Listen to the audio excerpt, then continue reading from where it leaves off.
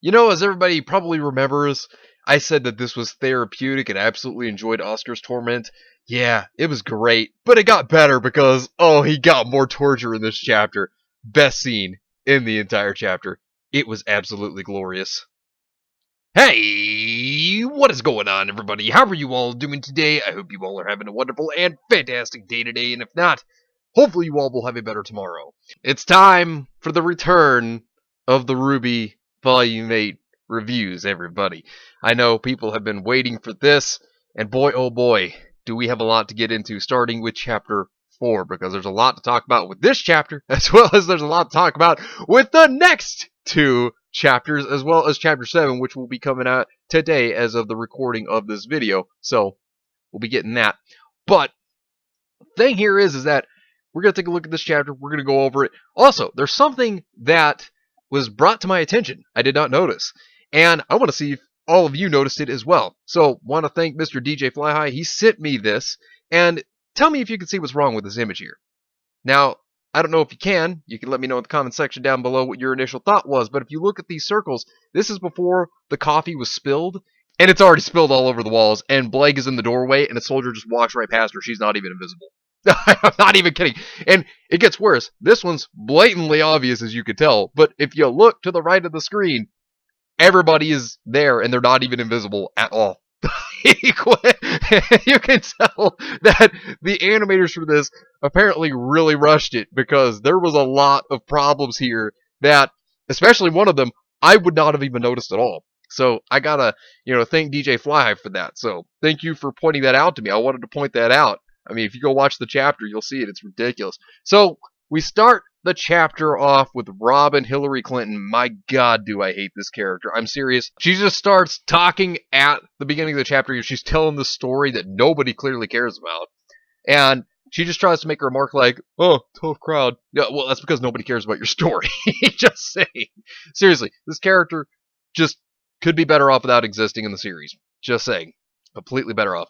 Watts gets thrown into the prison, so there's that, which he doesn't do anything else in this entire chapter. So, yeah.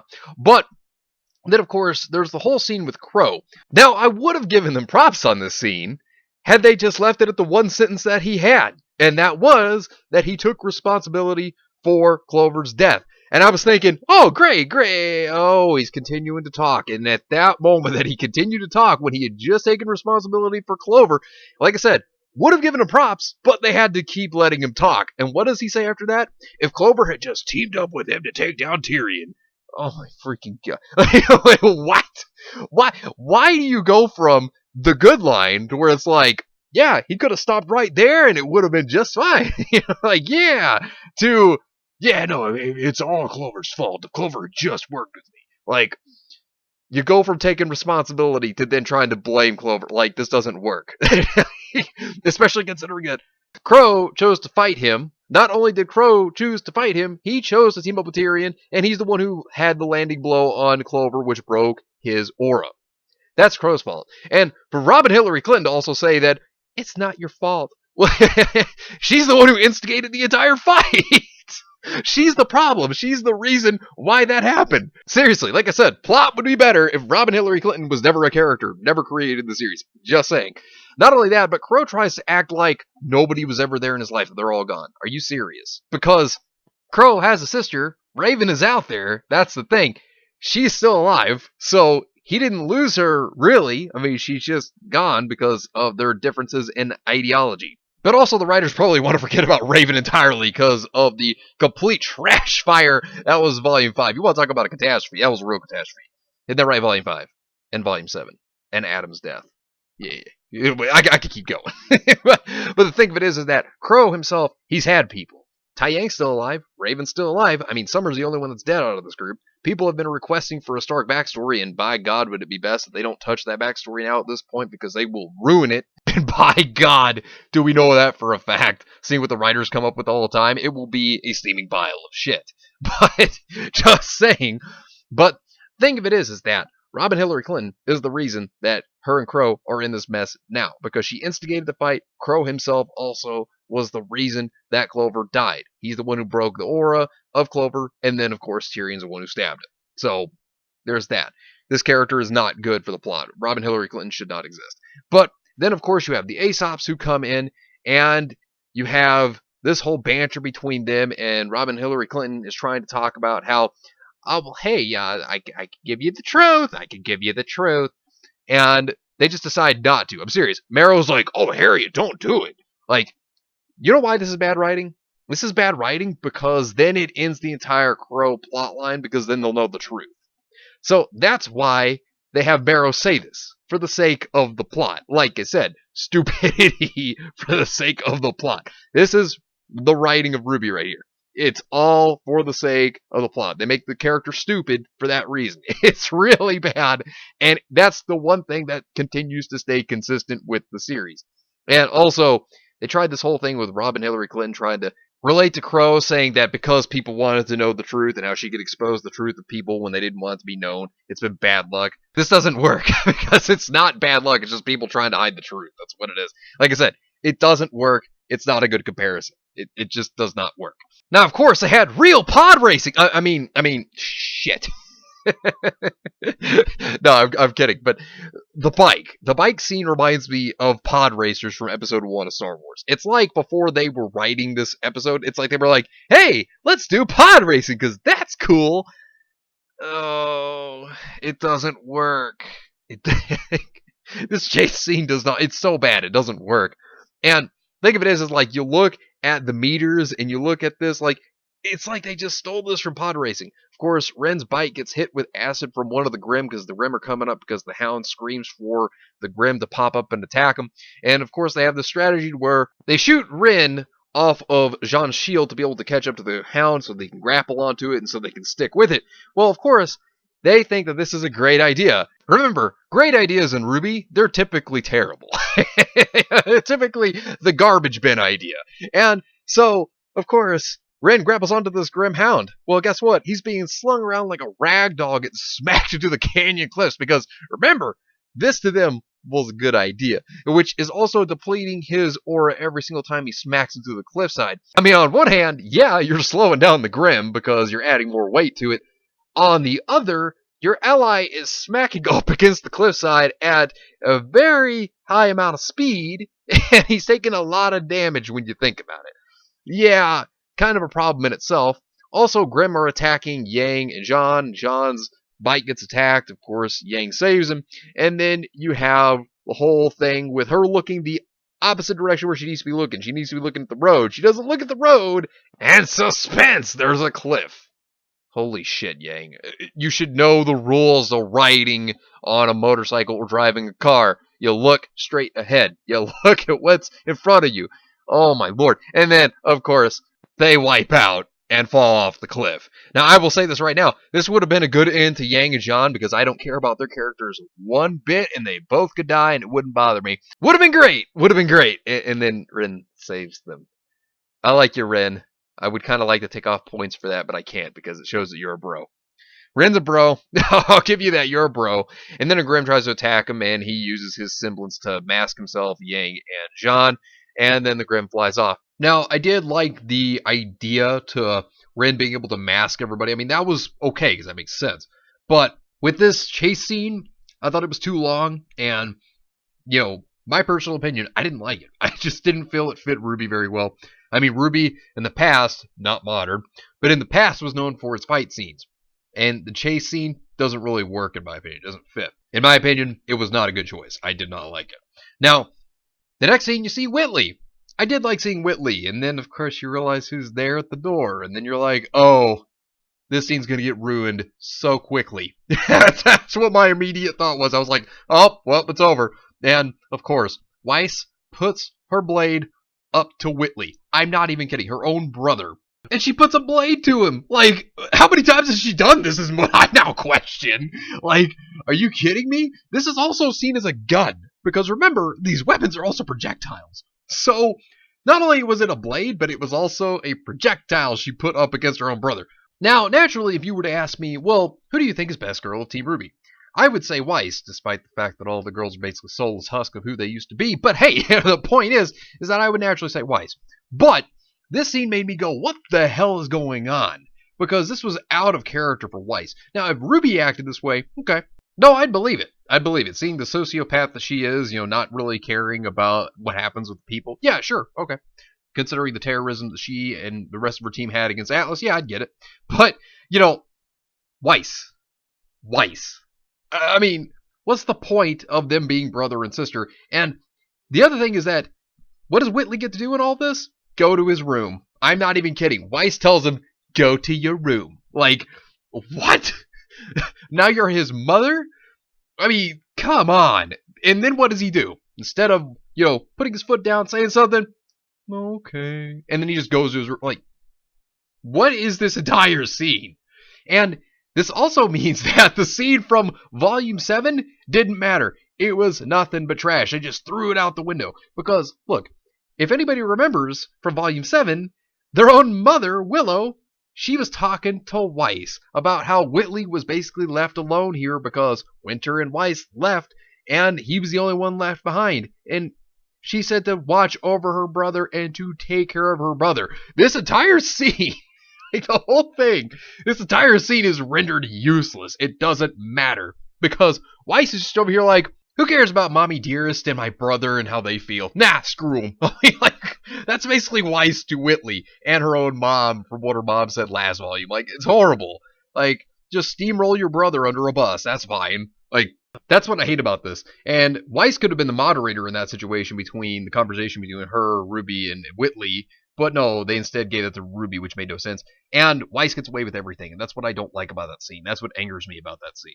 I mean, it's like there's no consequences to Weiss's character either. I mean, yeah, the protagonists get no consequences either, but like, seriously, it's like there's no consequences to Weiss's character, and I just don't like that. And what would be the point of Whitley even being related to Weiss if she's going to treat him that way? I mean, seriously, it's just awful. I mean, if you had RWBY barge in there like that, yeah, makes sense. That's modern RWBY at this point. But Weiss, it's just not something that fits her character, and I just don't feel that they did that right at all. Then again, it's RWBY. When did they do anything right at all? Anymore, at least. All right, inconsistencies. I'm sorry. I had to get that correct. Inconsistencies. They're good at that. Now, thing of it is that when it comes to this whole scenario, they tried to add drama because of aura levels, trying to state that aura's going to drop because they're in the tundra. Here's the thing. Jean can regenerate aura. And last volume, he also regenerated his own aura. I mean, seriously, this doesn't work. I mean, he regenerated Weiss's aura in Volume 5 when he discovered his own semblance. He regenerated his own aura in Volume 7 during the training. This doesn't work. This can't be dramatic because Jean can do that. So apparently, that whole regenerating his own aura last volume, yeah, that didn't exist anymore. My God. Are you kidding me? It's ridiculous. But the one thing I have to give props to is Ren's character. My God. Ren was basically the voice of the audience that has been needing to be said for years. And this is what I love, is the character basically has like 7 years whole bent up anger and just unleashes the entire bomb. I love that he does this. This was great. He just takes shots because he's like, hey, what we're doing is wrong. People are going to die because of us. And he's right. I mean, they lied to Ironwood. Well, at least RWBY did. And then everybody was like, oh, let's just follow up with that. And they all just agreed. And, Ren was the one who also believed that, hey, we probably weren't ready to be hunters at all. And I'm like, yeah, you're right. Like, Ren's awesome. And then he also unloads the complete badassery whenever he just smacks Jean with the whole, you're the one who cheated to get into Beacon. They brought that up from Volume 1, all the way back from Volume 1. I mean, 7 years ago. I am actually proud to see that somebody smacked Jean. I was so happy with this to see banana-haired douchebag get smacked in the face by the Chad Ren. I'm serious. Ren at least made me proud. And Yang, I'll give him credit on this. While Yang's a moron, they clearly continue to prove that she's a moron. At least they're allowing her to be more active than just, hey, I gotta be glued to Blake's hip. Because, at least they're doing that. But they screw that up by the end of the episode. You'll get what I mean when we get there. Because, my God, did they screw that up. But Ren is awesome, and they proved that very well. Now, of course, Salem. And that whole bit, you see Salem being the weather dominator over here, playing with her little black cloud. And you have the damn farm boy and that wonderful hound. I'm serious, that is the best doggo. But she is trying to get the information out of him. Oscar's trying to play dumb like he is Uspin. She's not falling for it. And, this leads to the best scene in the entire episode. And you'll see what I mean. So, of course, the damn farm boy is trying to resist telling Salem anything that he knows. And he doesn't know where the relic is that she's looking for that is known as the Beacon Relic. And, of course, because he's not going to tell her anything, well, I love what happens next. So it's basically one of those Return of the Jedi scenes, like I say. I feel like they took a lot of inspiration from Star Wars from this one, which felt uncreative. But it's kind of like that scene where, Palpatine was trying to get Luke to join the dark side, and he's like, no, I'm a Jedi, like my father before me. And then, Palpatine's just like, so be it. And then he just starts shocking Luke. Yeah, well, this is kind of, in a sense, the same instance. Instead, it's some kind of, tie-dye beam that Salem's using to hit the damn farm boy with. And, oh, man, was this scene so beautiful. I was so glad to see him get tortured. Like, here's the thing. I already enjoyed it whenever the Hound was just mauling him because I was like, yes, you deserve this. I was like, you deserve it. And then the next thing you know, of course, you have Salem now who's torturing him. And I was like, this is exactly what you get for punching Neo in the face. Like, I'm not even kidding. Like, this was good. I was glad to see this. This scene made me laugh, and I just felt so good watching this damn farm boy get what he deserved. Because he deserved to be tortured. I mean, I was hysterically laughing. It was so good. And then I thought, this scene couldn't get any better. I was like, this is pretty much the peak of the episode, right? And the next thing you know, Hazel comes in there, and then he's just like, oh, don't worry, I'm gonna make this moment a lot better. When he comes in there and he just punches Oscar, and he's like, oh, well, he's like, that's for Haven. He's like, and then this is for my sister. And I was like, okay, well, that one doesn't make much sense, but I did enjoy this, and what I thought was great about this is when you see Oscar laying here like this, you know what this reminds me of? This reminds me of a very iconic scene. Now, what could that possibly be? All right, Yamcha's death. I'm not even kidding. It reminded me of Yamcha's death. Oh, man. When I'm comparing the damn farm boy to Yamcha's death. Oh, except for I like Yamcha as opposed to Oscar. I don't like Oscar. I like Yamcha, though. But you see Salem walking through her halls, and here's the thing that's weird about this scene. Cinder and Neo are just standing there. Just idly standing there like, yep, we're waiting for whatever's about to happen next. Like, there's no talk, of course, because Neo can't even talk. But still, like, this is just weird. They're just standing, like, that's really bizarre. Like, it's weird. Of course, Cinder turns around to greet Salem. By the way, her bending the knee right here. This is going to come back up again soon. And that'll be in the next chapter review. You'll see why. And, of course, Cinder wants to go after Penny because she wants the maiden powers, which is logical if they want to get the relic. Well, then what does Salem do? Continues to be stupid. Because, oh look, you need that relic because you need all 4 of them, Salem. But what does she do instead? Nope. Because what she does instead is she tells her, nope, you're going to stay here. You're going to stay here. And I'm like, this doesn't make any sense, though. You need the relic. Why are you being stupid? Like, she's been stupid this entire time. At least Cinder's being logical on this one, as opposed to where Salem's being a moron.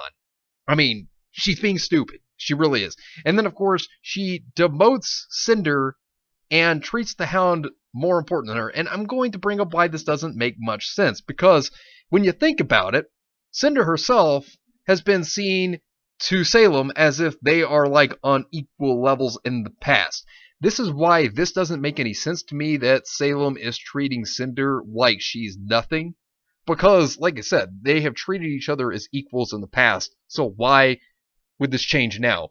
And Cinder has, in a sense, when you think about it, redeemed herself. I mean, yes, Neo was the one who got the relic, but to be fair, Cinder and Neo came back together with the relic. So this doesn't make much sense. Also, Salem was the one who was defending Cinder whenever everybody else was making fun of Cinder. And now Salem's doing this. Like, this doesn't make much sense to me. Now, of course, when you look at it, Cinder is like the Darth Vader of RWBY, a very badly and terribly written Darth Vader, but she's Darth Vader, as to where Salem is basically supposed to be your Emperor Palpatine, and then of course Neo's like your Boba Fett. But the thing of it is that it doesn't make sense that Cinder would be treated the way she was by Salem. That doesn't, it, like I said, doesn't work.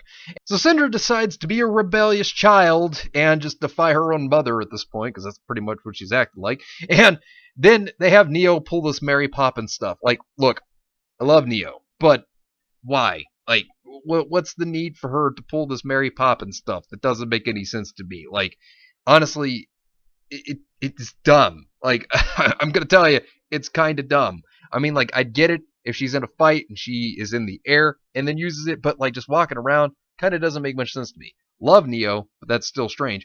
But of course, they're gonna have Cinder have a character arc, right? I mean, you know, going forward with all this. I mean, it's not like the next fight goes wrong or anything, or that it doesn't even matter. You know, not like that happens. Then Emerald shows up, and there's no Mercury. Now, I don't like this because I wanted to see Mercury, because I actually like Mercury. He's one of the few good things that's left in the show, really. And, yeah, he's not there, which I'm going to get into that in future reviews as to why I'm actually afraid for Mercury's future. But also, Emerald is going to be the textbook definition of a simp for Cinder, which is very obvious. And Neo is going to continue to have my facial expressions about this whole entire volume going forward, because they've been animating that pretty well. I'll give them that. But out in the freezing Arctic, you have Ren, Soy Boy, and Yabby Smash, and they're all out there trying to survive the cold. And you have Yabby Smash come in there, talk about how she has the bike piece, and asking if anybody cared. Let me answer that question for you, Yang. No, nobody cares. I don't care. I don't. The only character I care out of that entire bunch is Ren. I don't care about anyone else. Everybody else sucks. Couldn't care less. But then Ren, you know, obviously went outside as well in the freezing cold, which to me still doesn't make any sense considering that's what they were trying to escape, so they wouldn't freeze to death, even though, like I said, Jean himself can regenerate aura, but apparently he's so stupid that he's already forgotten this. I mean, seriously, Jean is useless. But there's that, and they tried to create suspense with the Arctic cracking, and it's like meh to me. I don't feel any suspense. You'll see what that is. I mean, we'll talk about that in a bit in another review. But let's go to the scene talking about Yang and Jean. How Yang brings up how she is questioning if they're mad at her because she didn't go and help with the Amenity team. And Jean talks about, oh yeah, he's like, even though you may have differences, you and your sister, you know, you'll always be sisters. And she's like, yeah, Ruby. This scene right here, I was just immediately thinking, oh, don't tell me. Because here's the thing. The way that they imply the scene, now I could be wrong, but the way that they imply the scene, it seems more like she's thinking about Blake than she is Ruby. Now, she could be thinking about Ruby, but the issue here is they don't make it really seem that way by the way it's being portrayed. But like I said, she could have been thinking about Ruby. At least the way the scene comes off, it doesn't seem like it's about Ruby, but it seems like maybe the direction the writers are going with this, that it is about Ruby. Now, if it is, here's the thing, there still hasn't been anything between Yang and Ruby as sisters. I mean, people can say that hug in Volume 7, but that was forced. So, yeah, it doesn't really feel like it, and that's why I have an issue with the scene. But anyways, we're going to talk about this part now.